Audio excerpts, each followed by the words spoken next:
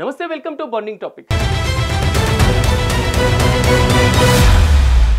America అధ్యక్షుడు Donald Trump ఓ గండం నుంచి గట్టెక్కారు. న్యూజెర్సీలోని ఓ గోల్ఫ్ క్లబ్లో ట్రంప్ ఉండగా ఓ విమానం అకస్మాత్తుగా దూసుకువచ్చింది. ఇది గమనించి వెంటనే స్పందించిన యుద్ధ విమానాలు దానిని అడ్డుకున్నాయి. ఇటీవలే ఇలాంటి ఘటనలు వరుసగా జరుగుతున్నాయి. అయితే ట్రంప్ను లేపేయడానికే జరుగుతున్నదని కుట్రలు కొంతమంది అంటుంటే కాదు ఇవి పొరపాటున జరుగుతున్నటువంటి ఘటనలని మరికొందరు అంటున్నారు. అసలు అమెరికా అధ్యక్షుడు ఉన్నటువంటి ప్రాంతంలో ఎలాంటి వైమానిక ఆంక్షలు ఉంటాయి? ట్రంప్ భద్రతకు ఎలాంటి ముప్పు ఉంది? ఇరాన్ ఎలాంటి వార్నింగ్ ఇచ్చింది?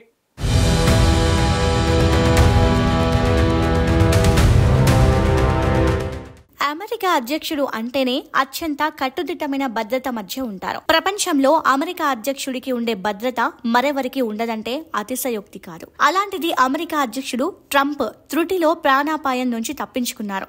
అమెరికా న్యూజెర్సీలోని గోల్ఫ్ క్లబ్ లో డొనాల్డ్ ట్రంప్ ఉండగా అనుమతి లేకుండా ఓ ప్రైవేట్ విమానం అటువైపు దూసుకొచ్చింది. సాధారణంగా అమెరికా అధ్యక్షుడు ఎక్కడ ఉన్నా ఆ ప్రాంతంలో తాత్కాలిక నో ఫ్లై జోన్ అమల్లో ఉంటుంది. కానీ అక్కడ నో ఫ్లై జోన్ ఉన్న ఓ విమానం రావడం ఆందోళన కలిగించింది.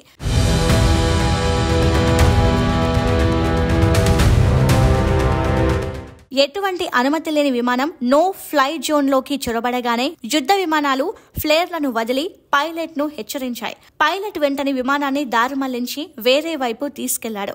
ఆ రోజు ఇలాంటి ఉల్లంఘనలు 5 సార్లు జరిగాయి. ఈ ఘటనలు పైలట్ల నిర్లక్ష్యం వల్ల లేక ఉద్దేశపూర్వకంగా జరిగాయా అనే దానిపై దర్యాప్తు జరుగుతోంది. అయితే ఇటీవల ట్రంప్ కు ప్రపంచవ్యాప్తంగా వ్యతిరేకత పెరుగుతోంది. ఇటీవల ఇరాన్ కూడా ట్రంప్ కు అనేక హెచ్చరికలు చేసింది. దీంతో ట్రంప్ భద్రతపై మరింత ఆందోళన పెరిగింది. ఇలాంటి సమయంలో ఈ విమానాల వ్యవహారం చర్చనీయాంశమైంది.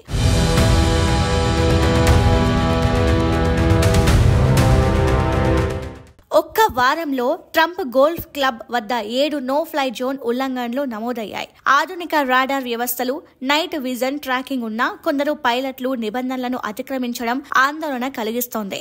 దీనిపై ఎప్పటికప్పుడు హెచ్చరికలు జారీ చేస్తున్నారు. ఇవి కేవలం నిబంధనలు పాటించకపోవడం వల్ల జరిగిన ఘటనలైతే సరిపోతుంది.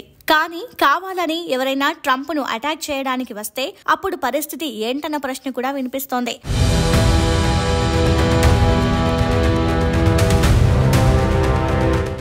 ట్రంప్ కి ఇటీవల ఇరాన్ నుంచి వచ్చిన బెదిరింపులు ఆందోళన కలిగిస్తున్నాయి. 2020లో అమెరికా డ్రోన్ దాడిలో ఇరాన్ జనరల్ కసేం సోలేమనీ హతమైన తర్వాత ఇరాన్ నాయకులు ట్రంప్ ను లక్ష్యంగా చేసుకుని హెచ్చరికలు జారీ చేశారు. Iran senior consultant Mohammad Javad Larijani Trump ఫ్లోరిడాలో సన్ బాత్ చేస్తుంటే డ్రోన్ దాడి చేయవచ్చని బహిరంగంగా చెప్పారు. అయితే ఇరాన్ ఈ హెచ్చరిక డ్రోన్ దాడి గురించి చేసిందా లేక విమానాల దాడికి సంకేతికంగా చెప్పిందా అనే దానిపై మాత్రం క్లారిటీ లేదు.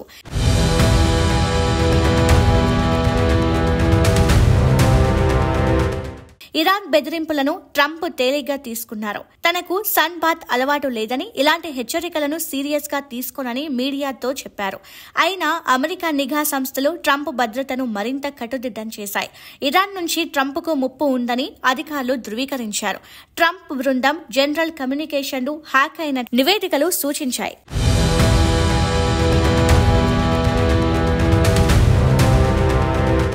ట్రంప్ తరచూ వెళ్లే ప్రాంతాలైన న్యూజెర్సీలోని గోల్ఫ్ క్లబ్, ఫ్లోరిడాలోని మార్ ఏ లాగో, న్యూయార్క్ లోని ట్రంప్ టవర్ ఎప్పుడు గట్టి భద్రతలో ఉంటాయి.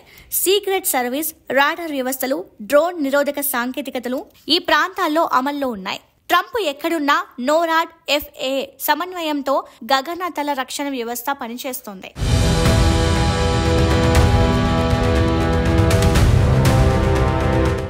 అమెరికా అధ్యక్షుడి రక్షణ కోసం సీక్రెట్ సర్వీస్ లో సుమారు 7,000 మంది ఏజెంట్లు నిరంతరం పనిచేస్తారు.